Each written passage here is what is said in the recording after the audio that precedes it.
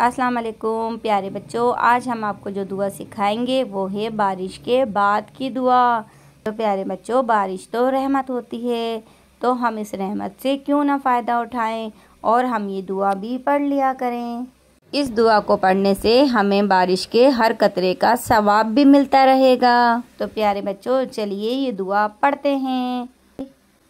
मोतिरना मोतिरना बिफदुलिल्लाहि बिफदुलिल्लाहि वरहमतिही वरहमतिही मोतिरना मोतिरना बिफदुलिल्लाहि बिफदुलिल्लाहि वरहमतिही।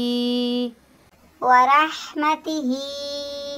तो प्यारे बच्चों, इसका तर्जुमा भी सुन लेते हैं। हम अल्लाह के फजल से इसकी रहमत के साथ बारिश से नवाजे गए। तो प्यारे बच्चों, ये दुआ आप खुद भी पढ़ेंगे और सबको सेंड करेंगे ताकि हमें बारिश के एक एक कतरे का सवाब भी मिलता रहे।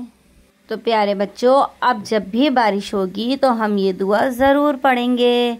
हम ये नियत कर लेते हैं और अपने तमाम दोस्तों को भी सेंड करेंगे ताकि हमारे तमाम दोस्त भी इस दुआ को पढ़ें और इस दुआ की बरकत से सवाब हासिल करें।